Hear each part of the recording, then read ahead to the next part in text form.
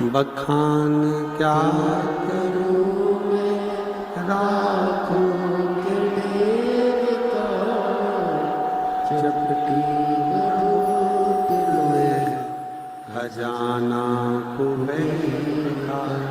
हे गंगाधार मुक्ति द्वार, ओंकार तू भोले ओंकार तू, आयो शरण तिहारी शंभुतारुता।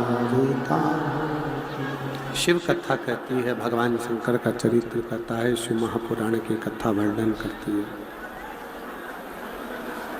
जब कोई काम बिगड़ता है या कोई काम हमारा अटक जाता है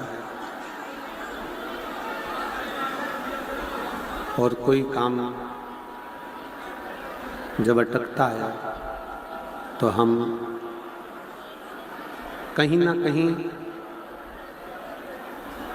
जिससे कोई मंत्री हो, कोई नेता हो, कोई अभिनेता हो, कोई अन्य हो, जिससे हमारी पहचान होती है, हम उसके पास जाते हैं। डीले कम करो, आवाज़ क्लियर करो, आवाज़ रिटर्न आ रही है, यहाँ की आवाज़ नहीं आ रही, बक्से में कान लगाओ।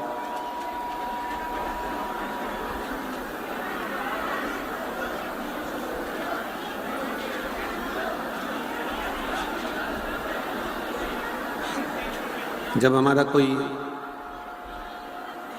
कार्य बिगड़ता है या कार्य बेकार होता है तो हम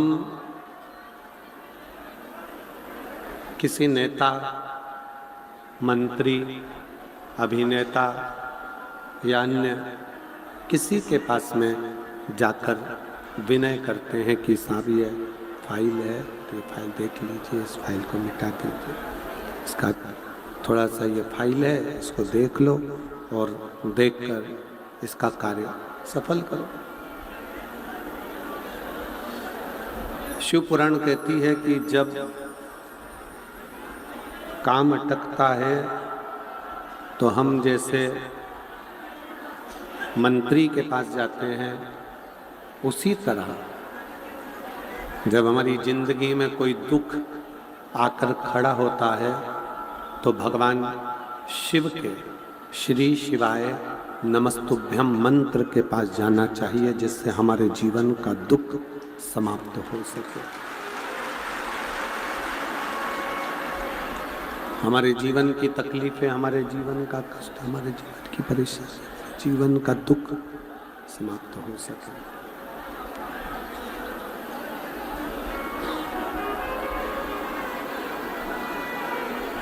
एक पंचाक्षर मंत्र नमः शिवाय, षडाक्षर मंत्र ओम नमः शिवाय या श्री शिवाय नमस्तुभ्यं। आप जिस भी मंत्र का यदि जाप कर रहे हो, आप जिस मंत्र को पुकार रहे हो, आप जिस मंत्र से विनय कर रहे हो, वो मंत्र आपको अपनी मंजिल तक जरूर पहुंचाता है। वो मंजिल तक जरूर लेकर जाता है।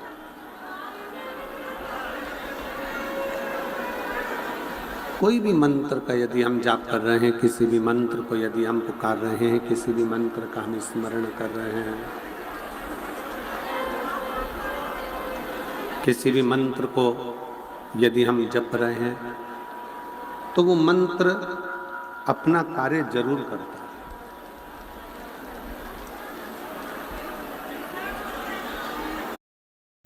Free same day delivery, extra 5% unlimited cashback, early access to shopping.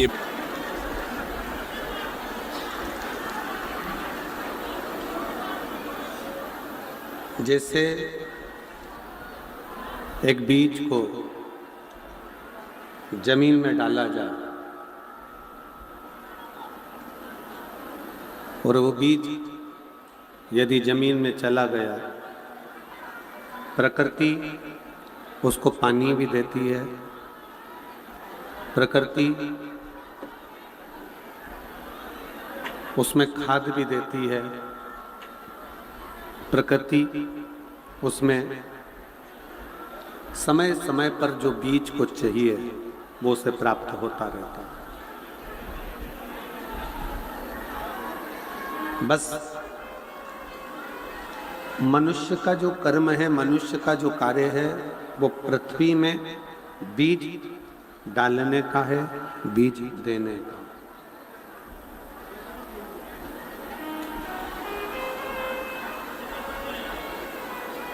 उधर की आवाज बढ़ाओ भाई।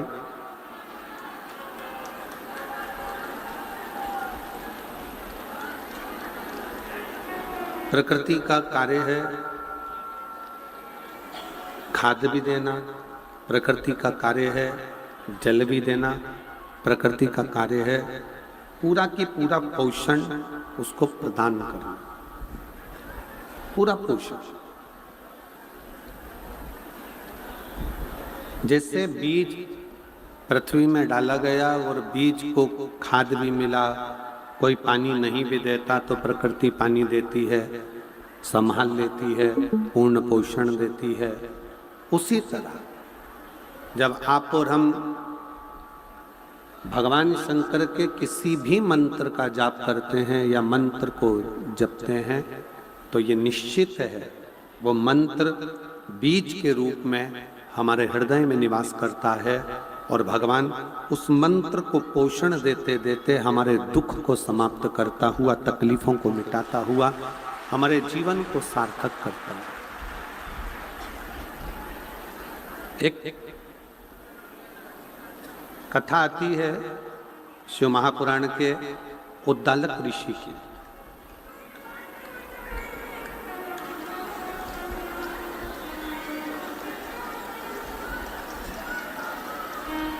एक उद्दालक ऋषि की बड़ी सुंदर कथा आती है कि उद्दालक ऋषि शंकर भगवान के परम भक्त हैं।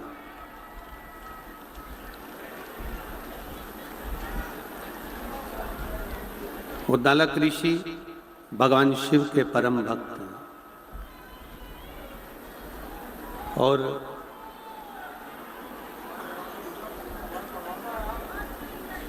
उद्दालक ऋषि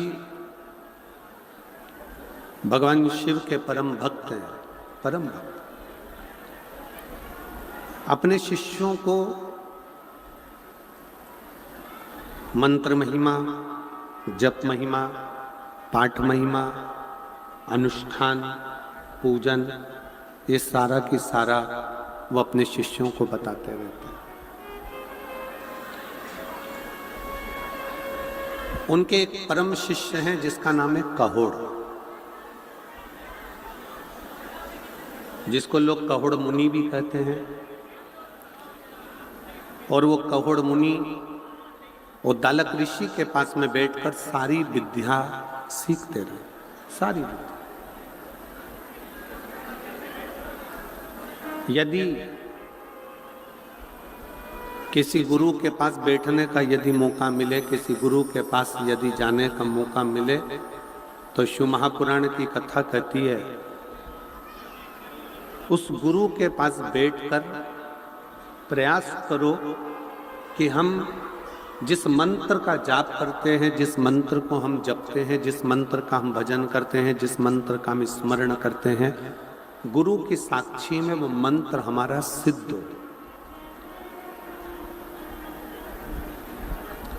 कई कई घर में माताएं ऐसी होती हैं, कई कई बुजुर्ग माताएं ऐसी होती हैं, कई घर में बहुएं होती हैं, कई घर में बेटियां होती हैं, कई घर में मेरी माताएं ऐसी होती हैं, कई घर में पिता ऐसे होते हैं कि वो उनके पास में ना जाने कौन सी सिद्धि होती है,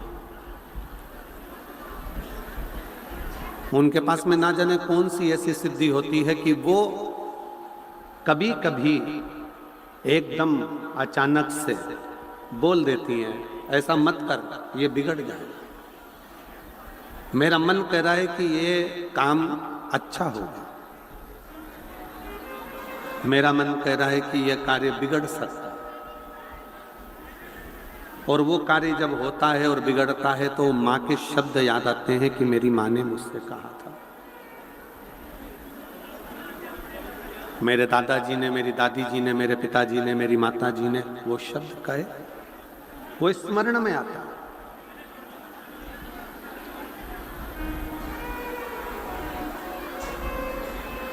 अब क्या उन दादाजी ने, उन दादी जी ने, उन माता जी ने, उन पिताजी ने, मेरी बेटियों ने, मेरी जीजियों ने, मेरी बहनों ने, मेरे जीजा ने क्या कोई मंत्र सिद्ध कर कर रखा जिसके बल पर उन्होंने बोल दिया कि मेरा मन करता है कि यह कार्य बिगड़ेगा या यह कार्य सुधरेगा? कोई उन्होंने मंत्र सिद्ध नहीं करा, पर उन्होंने एक चीज सिद्ध करी है कि किसी श्रेष्ठ गुरु के पास वो दर्शन करने के लिए जब गए और उस गुरु की साक्षी में बैठकर अपने मंत्र का उच्चारण करा तो उसकी वाणी भी शुद्ध हो गई और उसका जीवन के शब्द भी सिद्ध हो गए।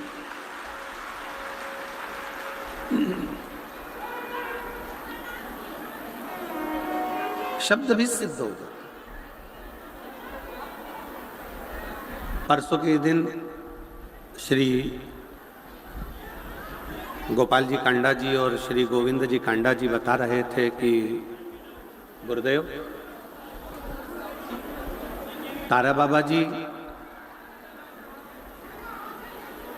बद्री विशाल जी का दर्शन कर कर जब नीचे के लिए आया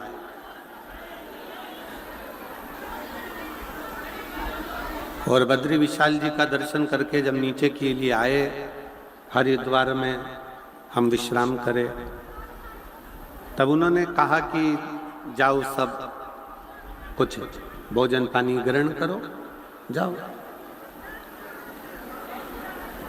श्री गोपाल जी, श्री गोविंद जी कह रहे थे, सब भोजन पानी ग्रहण करने में लग गए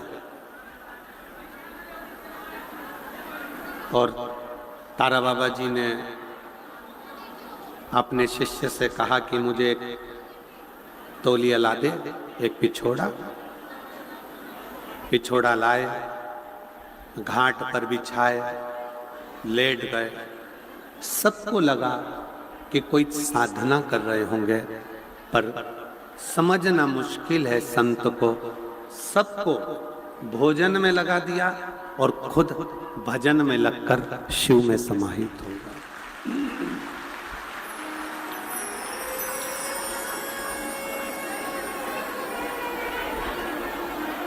सब भजन में लगे,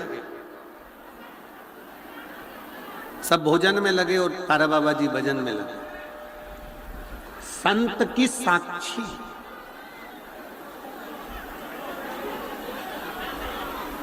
आप सब शिव महापुराण की कथा को सुनने के लिए आए हो, रात भर से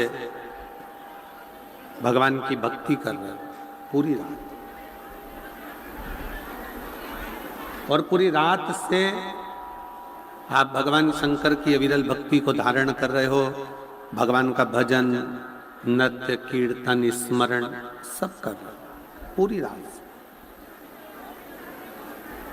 इसीलिए ये कथा का जो समय होता है विराम वाले दिन का सुबह 8 बजे से रख दिया जाता है, जिससे रात भर आपका कीर्तन का क्रम करते करते करते करते सुबह आप कथा का लाभ लो, अपना पुण्य 4 गुना बढ़ाकर भगवान का भजन कर कर अपने अपने घर की ओर जब जाओगे तो कुछ पाकर जाओ, कुछ लो।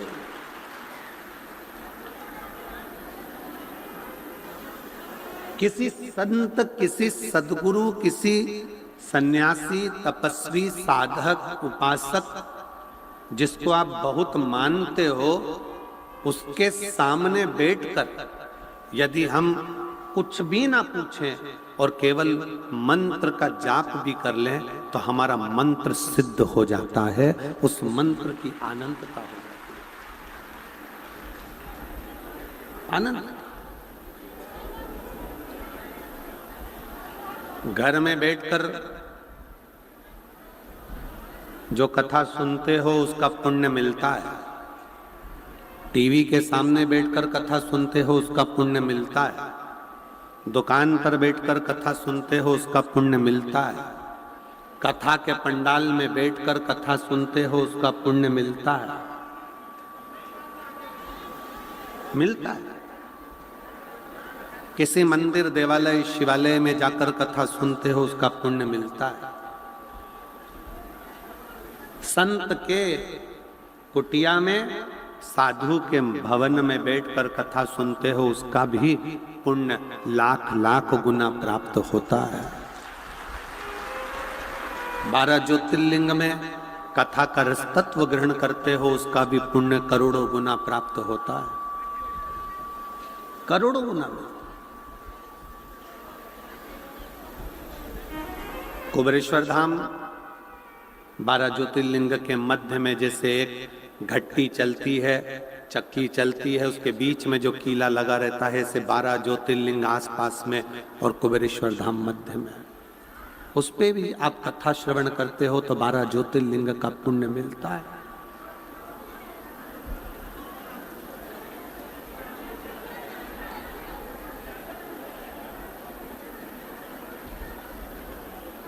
एक पवित्र नदी, पवित्र सरोवर, पवित्र कुंड, पवित्र स्थान में बैठकर जब कथा का रस तत्व आप ग्रहण करते हो और साथ में बैठकर श्री शिवाय नमस्तुभ्यम कहते हो तो वो मंत्र अपने आप में सिद्ध हो गया।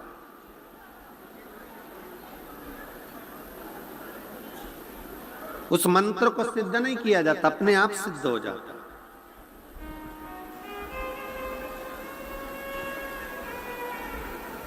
जिस समय पर उद्दालक ऋषि शिव चर्चा कर रहे थे, भगवान शंकर की शरणागति की बात कर रहे थे, उस समय पर कहोड़ मुनि उस कथा को सुन रहे, शिव स्मरण कर। और कहोड़ मुनि के अंदर भी शिव तत्व आ गया, भगवान शंकर की शरणागति आई।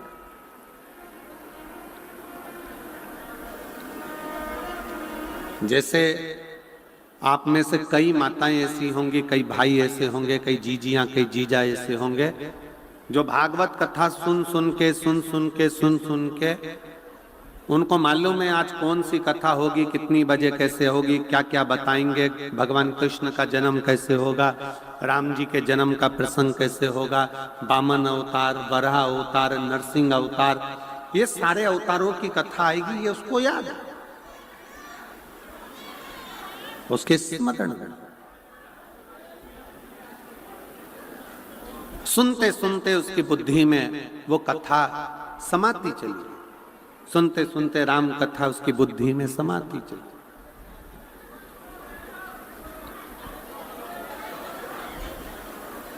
और कथा सुनते सुनते उसका शरीर मन कथा में रमा। उसी तरह शिव महापुराण की कथा में ये अंतर है कि जब हम शिव महापुराण की कथा में जाकर बैठते हैं और बैठने पर जब हम एक साथ जहां बैठे होते हैं वहां बैठे बैठे जब हम श्री शिवाय नमस्तुभ्यम विद्येश्वर संहिता का इस मंत्र का जाप जब हम करते हैं तो हमारी जिह्वा, हमारा शरीर, हमारी वाणी सिद्ध हो जाती है। फिर हमारी वाणी से निकलने वाला शब्द स्वयं शिव का शब्द हो जाता है। वो शब्द स्वयं शिव का है, वो शब्द स्वयं भगवान शंकर का होगा, शिव का। और उसका प्रमाण कहोड़ मुनि की कथा और उद्दालक ऋषि की कथा कहते हैं। उद्दालक ऋषि ने देखा कि मेरा शिष्य कहोड़ भगवान की भक्ति में रम गया है, भगवान के भजन में रम गया है, भगवान की भक्ति में तल्लीन हो गया है, समा गया।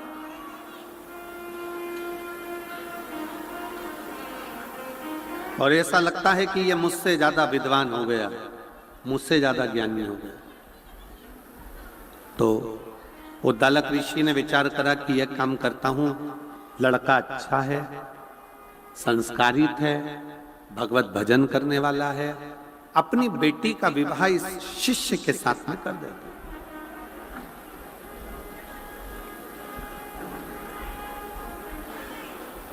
उद्दालक ऋषि की लड़की का नाम था सुजाता, बेटी का नाम सुजाता,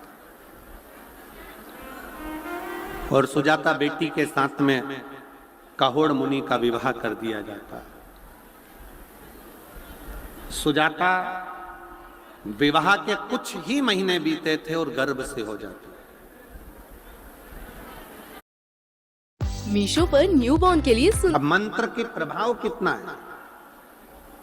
जो जपने वाला होता है ना, जो भगवान की भक्ति करने वाला होता है, श्री शिवाय नमस्तुभ्यम जपने वाला होता है, मंत्र जाप जपने वाला होता है, उसकी बुद्धि में यह नहीं बैठ पाता कि मैंने जिस मंत्र को कथा के पंडाल में बैठकर जपा है वो मंत्र कोई साधारण नहीं है, वो मंत्र कोई सरल नहीं है।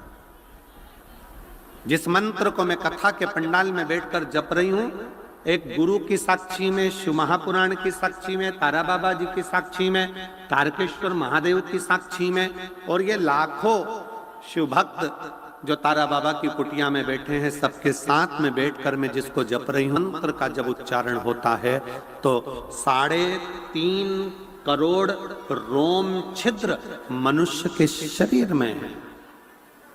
ये 3.5 करोड़ रोम छिद्र जो मनुष्य के शरीर में है, जब हम एक बार श्री शिवाय नमस्तुभ्यम कहते हैं तो ये 3.5 करोड़ रोम छिद्र एक बार में खुलकर भगवान की अविरल भक्ति को धारण कर लेते हैं।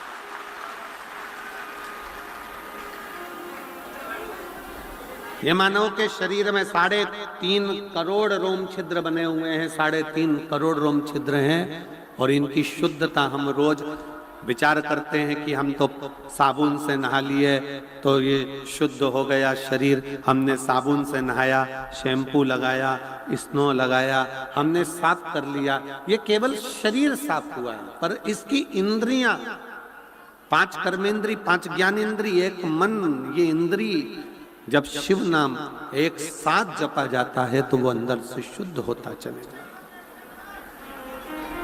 वो शुद्ध। श्री शिवाय नमस्तुभ्यं, श्री शिवाय नमस्तुभ्यं, श्री शिवाय नमस्तुभ्यं, श्री शिवाय नमस्तुभ्यं, श्री शिवाय नमस्तुभ्यं, श्री शिवाय नमस्तुभ्यं। हम जब आप और हम सब मिलकर मंत्र का उच्चारण करते हैं तो उसमें एक शुद्धता का भाव।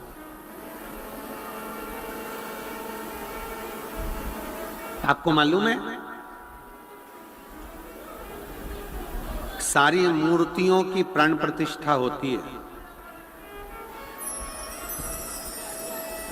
सारी मूर्ति,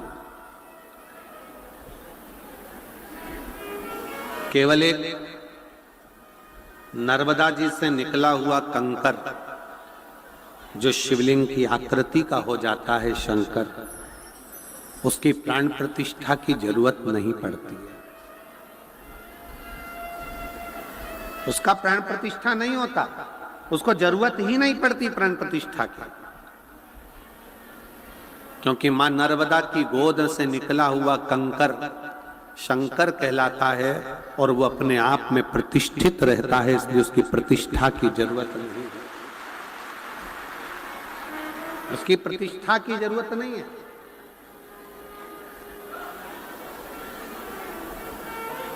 सियोर से कंकर लेकर आओ, उस कंकर की प्राण प्रतिष्ठा की जरूरत नहीं है। सियोर का कंकर लाए, कटोरी के अंदर रख दिया, पूजन करी, अर्चना करी, आराधना करी, 1 साल 1.5 साल बाबा से विनय करते रहे, काम सिद्ध हुआ, वापिस कंकर शंकर पहुंचा दिया।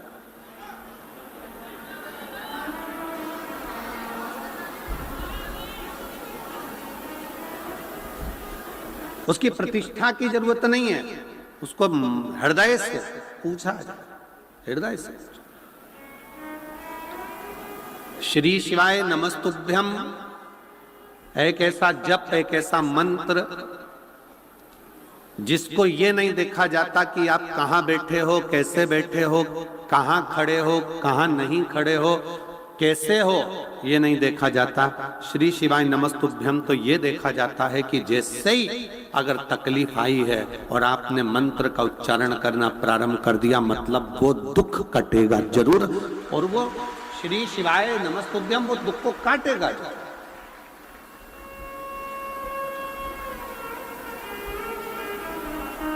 दुख कटेगा, कष्ट मिटेगा। एक मंत्र का उच्चारण जिसको हम सिद्ध कर लेते हैं साथ में बैठकर, वो मंत्र साधारण है। पर एक बात और याद रखिएगा, हम निवेदन करेंगे शिव महापुराण की कथा सुनने वालों को, शिव तत्व को जानने वालों को, कभी भी जिंदगी में आप कितने भी सिद्ध हो जाओ, कितने भी सिद्ध, आपकी वाणी भी कितनी भी सिद्ध हो जाए, आप कितने भी सिद्ध हो जाओ, पर निवेदन है हमेशा याद रखो कि आप सिद्ध नहीं हो, आपका शिव सिद्ध है। आप तो एक साधारण मनुष्य, साधारण मानव के जीवन को जियोगे तो सुखी हो। आज तक इस व्यासपीठ ने कभी नहीं कहा कि आप मेरे पास आना, मैं आपका दुख मिटा दूंगा। कभी सुना है क्या आपने?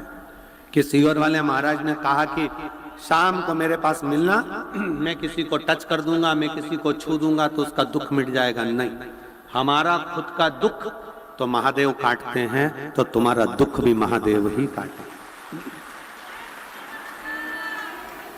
कभी इस व्यासपीठ ने यह नहीं कहा, इतने सालों में 30 सालों के अंदर 25 सालों से आप कथा सुन रहे होगे, 18 साल 20 साल से कथा सुन रहे होगे, कभी नहीं कहा कि हम किसी का दुख काट देंगे, हम किसी को छुएंगे तो उसका दुख कट जाएगा। ना ना ना,